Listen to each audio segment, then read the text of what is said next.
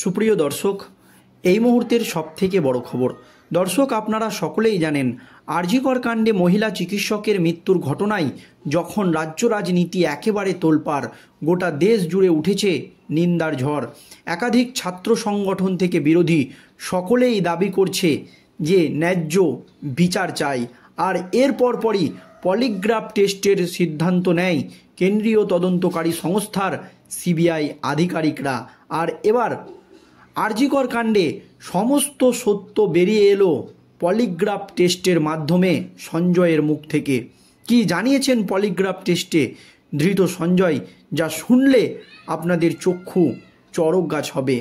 দর্শক, একেবারে বিস্ফোরক দাবি করেছেন সঞ্জয়, এবং আরও একজন মাথার নাম উঠে এসেছে এই পলিগ্রাফ টেস্টে। এবং সেই রাতে কি কি ঘটেছিল, এই ঘটনার সঙ্গে কারা কারা যুক্ত, বা সেই রাতে তার সঙ্গে কে কে ছিল, কিভাবে এই ধরনের ঘটনা ঘটানো হয়েছিল, সমস্তটাই কিন্তু এই পলিগ্রাফ টেস্টের মধ্যে দিয়ে ফাঁস হয়ে গেল মনে করছে বিশেষজ্ঞ মহলের একাংশ। আর এবার কেন্দ্রীয় তদন্তকারী সংস্থার সিবিআই আধিকারিকরা এই পলিগ্রাফ টেস্ট হতেই কিন্তু জাল গোটাতে শুরু করেছে। দর্শক, আপনারা সকলেই জানেন এই আর.জি. কর কাণ্ডে মহিলা চিকিৎসকের মৃত্যুর ঘটনায় প্রথমে তদন্তভার হাতে নিয়েছিল কেন্দ্রীয় তদন্তকারী কলকাতা পুলিশ। পরে সেই তদন্তভার কলকাতা হাইকোর্টের নির্দেশে তুলে দেওয়া হয় সিবিআইয়ের হাতে। আর তার পরপরই তেড়ে ফুঁড়ে অ্যাকশন শুরু করে কেন্দ্রীয় তদন্তকারী সংস্থার আধিকারিকরা। ঘন্টার পর ঘন্টা ধরে চলে এই ধৃত সিভিক ভলেন্টিয়ার সঞ্জয় রায়কে জেরা। তারপরেও তার মুখ থেকে সত্য কথাটা কিন্তু বেরিয়ে আসেনি। আর এবার পলিগ্রাফ টেস্টের মধ্যে দিয়ে সমস্ত সত্য ফাঁস করে দিল সঞ্জয় রায়। কি জানিয়েছেন তিনি, দেখুন। আর.জি. কর কাণ্ডে সব সত্যি ফাঁস করে দিল ঘটনার মূল অভিযুক্ত ধৃত সঞ্জয় রায়। রবিবার প্রেসিডেন্সি জেলে গিয়ে ধৃত কলকাতা পুলিশের এই সিভিক ভলেন্টিয়ারের পলিগ্রাফ টেস্ট করেছে সিবিআই আধিকারিকরা। আর তাতেই সঞ্জয় সেই রাতের সব ঘটনা স্বীকার করে নিয়েছে বলে সূত্রের খবর। আর জানিয়ে ইতিমধ্যেই রাজ্য রাজনীতিতে নতুন করে শোরগোল পড়ে গিয়েছে। আর তা সামনে আসার পরেই তদন্ত একেবারে সিবিআই জাল গোটাতে শুরু করেছে বলে মনে করছে বিশেষজ্ঞ মহলের একাংশ। গত 9 আগস্ট আর.জি. কর মেডিকেল কলেজে চিকিৎসকের মৃতদেহ উদ্ধার হয়। ঘটনায় ধর্ষণ ও নৃশংসভাবে খুনের অভিযোগ ওঠে। ঘটনার 24 ঘন্টার মধ্যে সঞ্জয় নামে এক সিভিক ভলেন্টিয়ারকে গ্রেপ্তার করে রাজ্যের পুলিশ। বর্তমানে সিবিআই সেই মামলার তদন্ত করছে সুপ্রিম কোর্টের নির্দেশে। দর্শক, সূত্রের খবর 8 তারিখ রাতে কি হয়েছিল সেই কথা পলিগ্রাফ টেস্টে জানিয়েছে সঞ্জয়।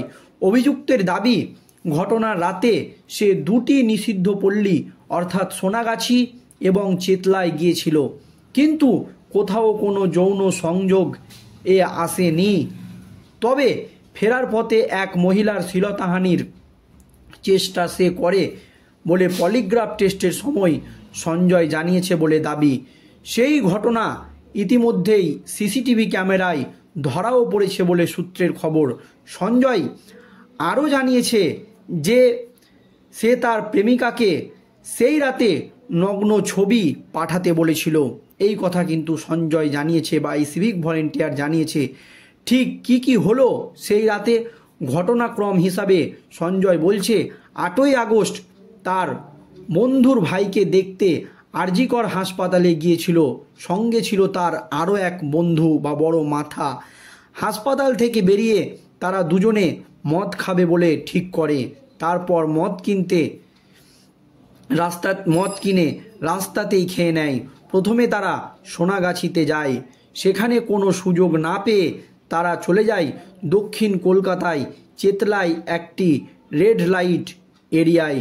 সেখানে গিয়ে তার বন্ধু এক মহিলার সঙ্গে ভিতরে চলে যায়। সেই সময় সঞ্জয় বাইরেই দাঁড়িয়েছিল বলে সূত্র মারফত জানা যাচ্ছে।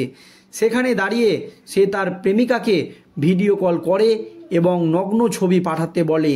এরপর তারা দুজনে আবার আর.জি. কর হাসপাতালে ফিরে আসে বলে টেস্টের সময় সঞ্জয় জানিয়েছে বলে খবর। শুধু তাই নয়, হাসপাতালে গিয়েই সোজা সে 4th ফ্লোর এবং ট্রমা সেন্টারে চলে যায়, এমনই কিন্তু সূত্র মারফত জানা যাচ্ছে।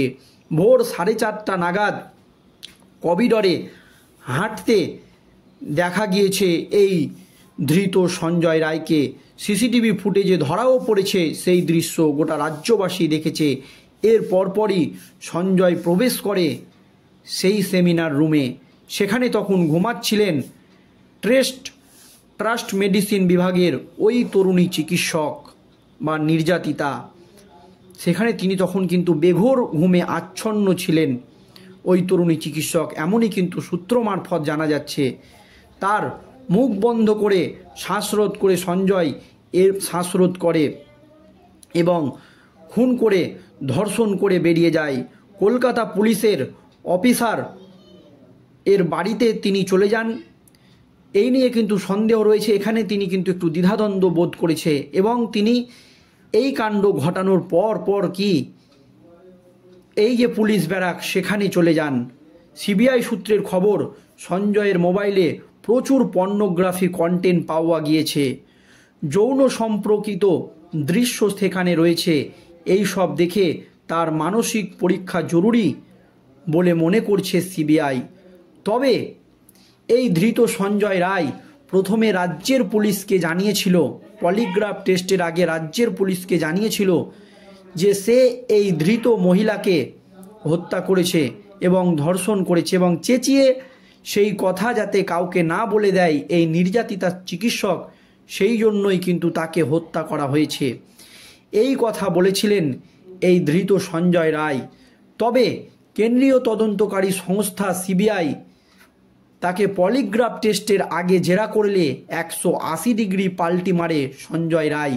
তিনি দাবি করেন এই ধর্ষণ তিনি করেননি, তিনি ঘটনাস্থলে যাওয়ার আগেই এই সব ঘটনা ঘটে গিয়েছে, এর সঙ্গে তিনি যুক্ত নয়। 180 ডিগ্রি পাল্টি মেরে একেবারে উল্টোপাল্টা মন্তব্য করেন সঞ্জয় রায়।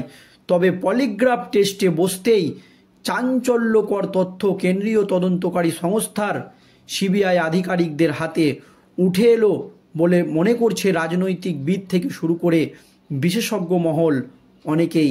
তবে এই ঘটনা কেউ তাকে করিয়েছে কিনা বা আরও কেউ জড়িত ছিল কিনা সেই দিকেই নজর রয়েছে সিবিআইয়ের, আর সেই তথ্যই কিন্তু এখন খোঁজার চেষ্টা করছে কেন্দ্রীয় তদন্তকারী সংস্থার সিবিআই আধিকারিকরা। এছাড়াও এই পলিগ্রাফ টেস্টে আরও কী তথ্য বেরিয়ে এসেছে তা কিন্তু এই তদন্তের স্বার্থে গোপন রাখা হয়েছে। দর্শক, এই নিয়ে আপনাদের মতামত অবশ্যই ভিডিওর কমেন্ট বক্সে জানাবেন। ধন্যবাদ।